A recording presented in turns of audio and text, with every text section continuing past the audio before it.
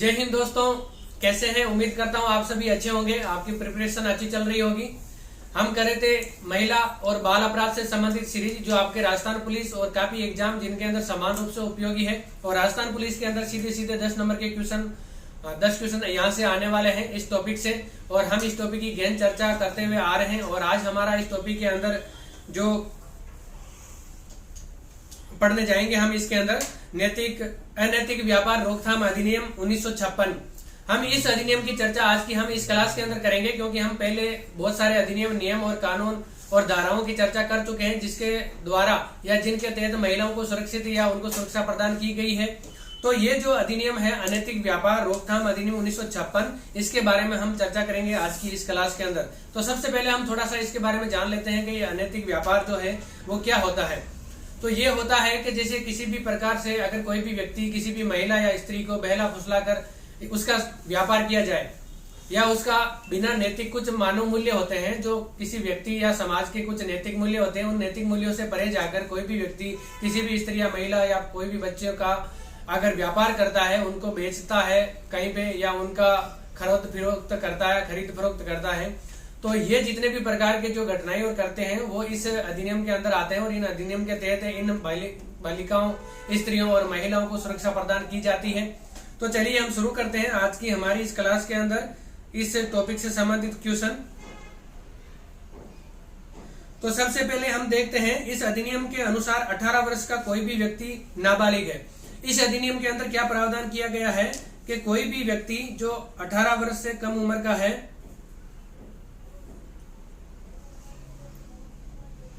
थोड़ा सा पीपीटी के अंदर पढ़ा रहा हूं तो थोड़ी सी परेशानी हो रही है, आप लोग कोऑपरेट करिए मेरे साथ।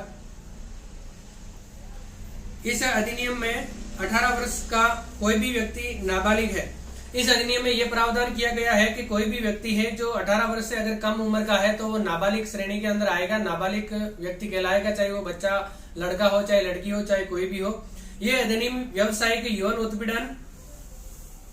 और वेश्यावृत्ति के उद्देश्यों से किए जाने वाले व्यापार की रोकथाम एवं इससे सुरक्षा प्रदान करता है। यह अधिनियम क्या प्रावधान करता है कि अगर कोई भी व्यक्ति व्यावसायिक यौन उत्पीड़न या वेश्यावृत्ति या इसे किसी भी उद्देश्य से किए जाने वाले व्यापार की रोकथाम एवं इससे सुरक्षा प्रदान करता है। अगर किसी भी प्रकार से अगर कोई यौन उत्पीड़न किया गया हो, या किसी भी स्त्री या महिला के साथ सेक्सुअल हरासमेंट के लिए उसकी खरीद फरोख्त की जा रही हो, तो इस टाइप के जितने भी प्रकार के जो करते हैं, इनसे महिलाओं स्त्रियों को सुरक्षा प्रदान करता है ये अधिनियम। और इसके बाद में वेश्यावृत्ति करने या उसके लिए फुसलाने, याचना करने के संबंध में दोषी महिला को उसके मानसिक या शारीरिक स्थिति के आधार पर न्यायालय उसको सुधार संस्थान में भी भेजने का आदेश दे सकती है। इसके अंदर यह भी प्रावधान किया गया है कि वेश्यावृत्ति करने या उसके लिए फुसलाने, याचना करने के संबंध में दोषी महिला को, अगर कोई भी महिला किसी भी स्त्री या किसी भी महिला को अगर बहला फुसला कर उसको जो वेश्यावृत्ति की जो वृत्ति है इसके अंदर घुसेलने के लिए या धकेलने के लिए उसको प्रेरित या मजबूरन उसके साथ में ऐसा करती है, तो उस महिला को मानसिक या शारीरिक स्थिति के आधार पर, यानी कि यह समझा जाएगा कि उस स्त्री की मानसिक और शारीरिक स्थिति ठीक नहीं है और उसको न्यायालय सुधार संस्था में भेजने का आदेश दे सकती है। यह प्रावधान इस अनैतिक व्यापार रोकथाम अधिनियम 1956 के तहत कार्रवाई की गई है। अब इस अधिनियम के अंतर्गत बहुत सारे नियम और अधिनियम आते हैं जो इस एक ही नियम के अंतर्गत या इस नियम से वो बिलोंग करते हैं। तो इसके अंदर हम पढ़ते हैं कि कुछ जो अधिनियम इससे बिलोंग करते हैं। अनैतिक व्यापार निवारण अधिनियम के अंतर्गत बाल एवं महिला विशेष निम्नलिखित कार्य अपराध है। यहाँ से हम ये जानेंगे कि कौन कौन से जो कार्य है या कौन कौन से ऐसे करते हैं जो इस अपराध की श्रेणी के अंदर आते हैं, अनैतिक व्यापार निवारण अधिनियम के अंतर्गत आते हैं। तो इसके अंदर सबसे पहले हम चर्चा करेंगे, अगर कोई व्यक्ति किसी बच्चे या नाबालिग द्वारा की गई वेश्यावृत्ति की कमाई पर रहता है। सबसे पहला पॉइंट है इसके अंदर, अगर कोई भी व्यक्ति किसी बच्चे या नाबालिग की गई वेश्यावृत्ति की कमाई पर रहता है, अगर कोई भी व्यक्ति छोटे बच्चे हो, चाहे कोई भी स्त्री या कोई भी महिला हो जिसको वेश्यावृत्ति के कार्य के अंदर धकेल रखा हो और उसकी कमाई से अगर वो अपनी जीविका पार्जन कर रहा हो या उसके ऊपर वो निर्भर अगर रह रहा हो, तो वो इस अधिनियम के तहत दंडनीय अपराध है और वो इस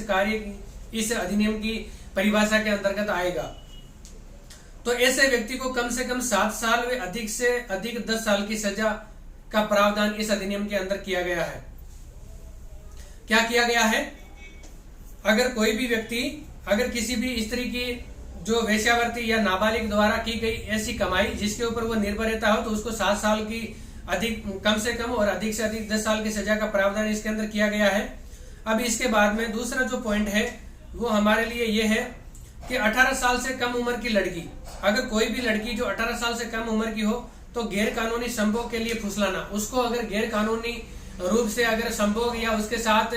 संबंध बनाने के लिए अगर उसको फुसलाया जाता है जो धारा 366 के अंतर्गत परिभाषित है, और इस धारा 366 के तहत उसके ऊपर कार्रवाई की जाएगी। यदि कोई व्यक्ति यदि 16 साल से कम उम्र की लड़की को फुसलाता है किसी स्थल से जाने को या कोई कार्य करने को ये मानते हुए कि उसके साथ अन्य व्यक्ति द्वारा गैर कानूनी संभोग किया जाएगा या उसके लिए मजबूर किया जाएगा, तो ऐसे व्यक्ति को 10 साल तक की जेल और जुर्माने से दंडित किया जाएगा।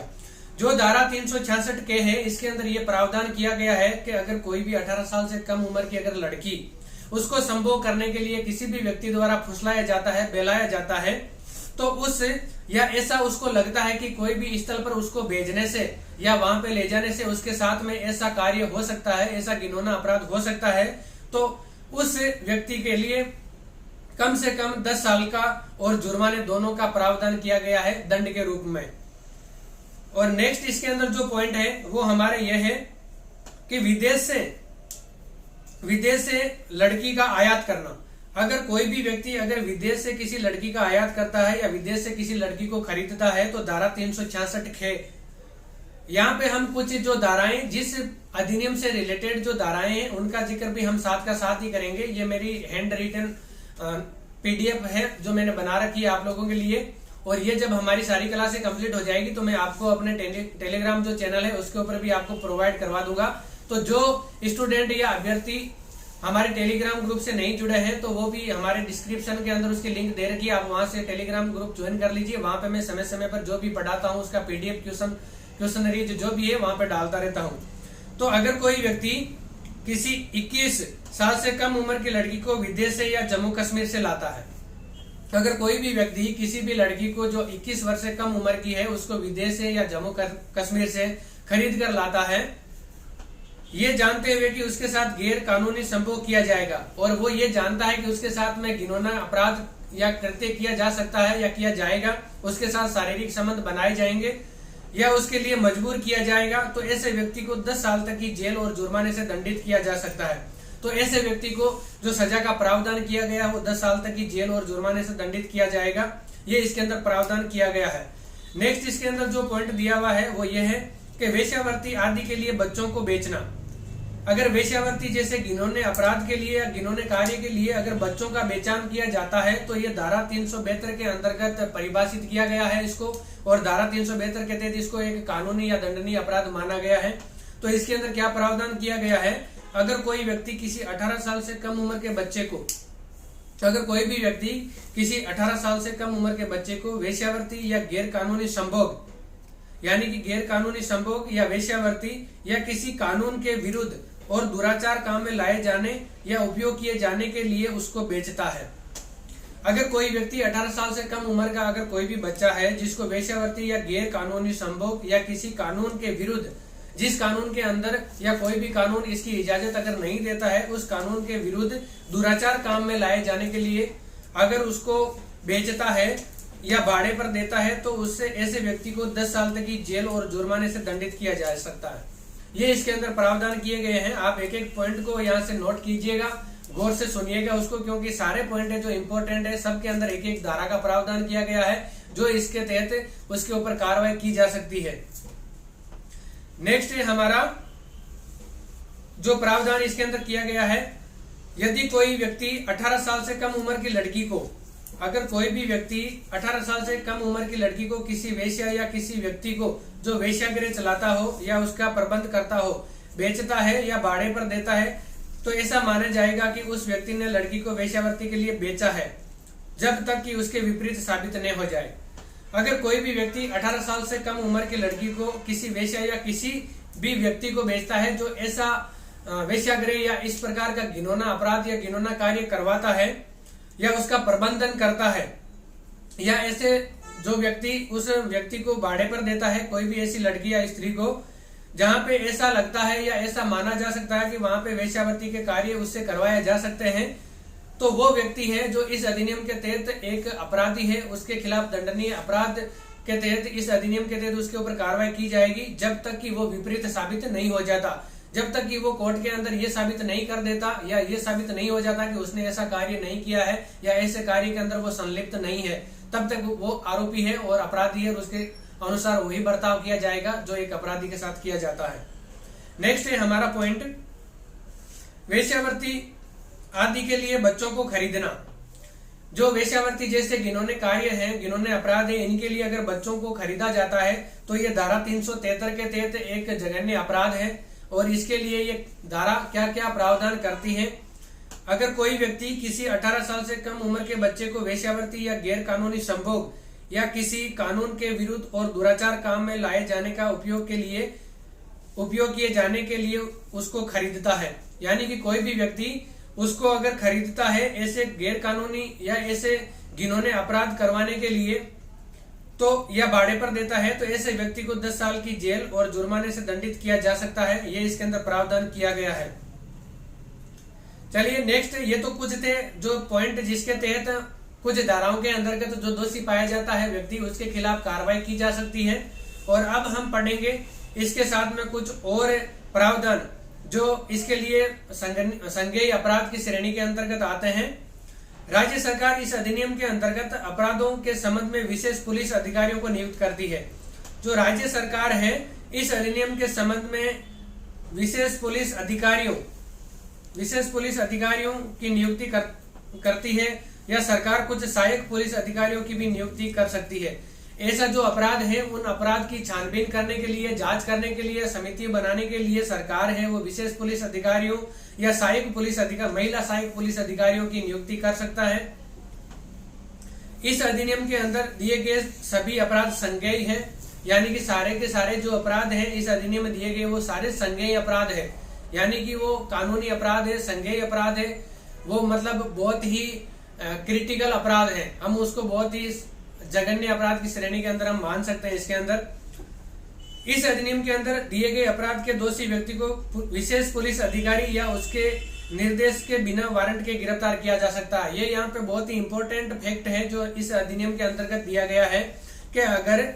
इस अधिनियम के अंदर दिए गए अपराध के दोषी व्यक्ति को विशेष पुलिस अधिकारी या उसके निर्देश के बिना वारंट के गिरफ्तार किया जा सकता है। इसके अंदर अगर कोई भी व्यक्ति दोषी पाया जाता है तो उसको पुलिस वारंट की जरूरत नहीं होती है, बिना वारंट के उसको गिरफ्तार किया जा सकता है। अब इसके अंदर कुछ और प्रावधान किए गए हैं, जैसे तलाशी लेना। विशेष पुलिस अधिकारी या दुर्व्यवहार पुलिस अधिकारी बिना वारंट के किसी स्थान की तलाशी तब ले सकते हैं जब उसके साथ उस स्थान के 2 या 2 से अधिक व्यक्ति, अधिक सम्मानित व्यक्ति हो, जिनमें कम से कम एक महिला भी साथी हो। इस अधिनियम के तहत अगर तलाशी लेना या तलाशी लेनी अगर कहीं पे हो तो पुलिस अधिकारी या दुर्व्यवहार पुलिस अधिकारी बिना वारंट के उस स्थान की तब तलाशी ले सकते हैं जब वहां के उस स्थान के 2 या 2 से अधिक सम्मानित व्यक्ति, कोई प्रोफेशनल व्यक्ति हो, पर्सन हो, या कम से कम एक महिला भी वहां पे उनके साथ में हो, तब वो उस स्थान की बिना वारंट के तलाशी ले सकते हैं। इसके बाद में वहां पर मिलने वाले व्यक्तियों को मजिस्ट्रेट के सामने पेश किया जाएगा। इसके उपरांत क्या किया जाएगा, मिलने वाले जो व्यक्ति है वहां पे उनको मजिस्ट्रेट के सामने पेश किया जाएगा। ऐसे व्यक्तियों की आयु, लैंगिक शोषण या यौन संबंधी बीमारियों की जानकारी के लिए चिकित्सीय जांच कराई जाएगी। उन व्यक्तियों को जहां पे अगर वहां पे तलाशी के दौरान अगर कोई भी व्यक्ति अरेस्ट किए जाते हैं तो उनको मजिस्ट्रेट के सामने पेश किया जाएगा और ऐसे व्यक्तियों की आयु, लैंगिक शोषण व यौन संबंधी बीमारियों की जानकारी के लिए चिकित्सीय जांच कराई जाएगी।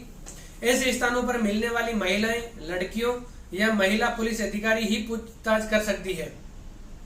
अगर ऐसे स्थानों से अगर कोई महिला या कोई स्त्री या कोई लड़की अगर गिरफ्तार की जाती है तो उनसे पूछताछ के लिए कम से कम महिला अधिकारी ही नियुक्त की जाएगी। महिला अधिकारी उनसे पूछताछ कर सकती है। नेक्स्ट है वेश्यागृह से छुड़ाना। अगर कोई वेश्यागृह से अगर मजिस्ट्रेट को किसी पुलिस अधिकारी या राज्य सरकार द्वारा नियुक्त किसी व्यक्ति से सूचना मिलती है, अगर मजिस्ट्रेट द्वारा या राज्य सरकार द्वारा या पुलिस अधिकारी द्वारा अगर कोई भी ऐसा व्यक्ति जो ऐसे वेश्यागृह या ऐसे कोई कार्य या ऐसे कोई स्थल की अगर सूचना देता है, तो कोई व्यक्ति वेश्यागृह पर रह रहा है या करता है, तो पुलिस अधिकारी जो इंस्पेक्टर की श्रेणी से उच्च का होगा। यहाँ पे क्या होगा, कम से कम इंस्पेक्टर रैंक से ऊपर का श्रेणी का वो अधिकारी होना चाहिए। उस स्थान की तलाशी लेने और वहां मिलने वाले लोगों को उसके सामने पेश करने को कह सकता है। यह प्रावधान भी इसके अंदर किया गया है। नेक्स्ट है इसके अंदर वेश्यागृह को बंद करना। नेक्स्ट क्या है, वेश्यागृह को बंद करना।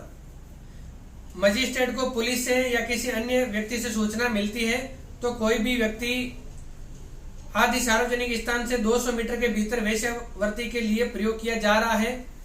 तो उस जगह के मालिक, किराएदार, एजेंट या जो उस स्थान की देखभाल कर रहा है उसे नोटिस देगा कि वे 7 दिन के अंदर जवाब दे कि क्यों ने उस स्थान को अनैतिक काम के लिए प्रयोग किए जाने वाला घोषित किया जावे। अगर वेश्यागृह को बंद करने के संबंध में एक प्रावधान यहाँ पे किया गया है, अगर किसी भी मजिस्ट्रेट या पुलिस अधिकारी द्वारा नियुक्त किया गया व्यक्ति अगर उनको सूचित करता है कि इस स्थान पर ऐसा कार्य किया जाता है या वेश्यागृह चलाया जाता है, तो वहां पर या ऐसे स्थान के 200 मीटर के सार्वजनिक स्थान के 200 मीटर की परिधि के अंदर ऐसा जघन्य अपराध या ऐसा घिनौना कार्य किया जा रहा है, तो वहां पर उस जगह के मालिक, किराएदार या एजेंट को सरकार या पुलिस नोटिस देगी और उससे जवाब मांगेगी 7 दिन के अंदर कि वो ये बताया जाए कि उन्हें उस स्थान को अनैतिक काम के लिए प्रयोग किया जाने वाला घोषित कर दिया जाए। तो ये इसके अंदर प्रावधान किया जाएगा। फिर संबंधित पक्ष को सुनने के बाद यदि वे लगता है कि वहां पर वेश्यावृत्ति हो रही है तो मजिस्ट्रेट 7 दिन के अंदर उसको खाली करने व उसकी अनुमति के बिना किराए पर न देने के आदेश दे सकता है। अगर पुलिस को या मजिस्ट्रेट को ऐसा लगता है कि जो संबंधित पक्ष उसका सुनने के बाद में, नोटिस देने के बाद में, जब उसका नोटिस का जो जवाब आता है उसको सुनने के बाद मजिस्ट्रेट या पुलिस अधिकारी इस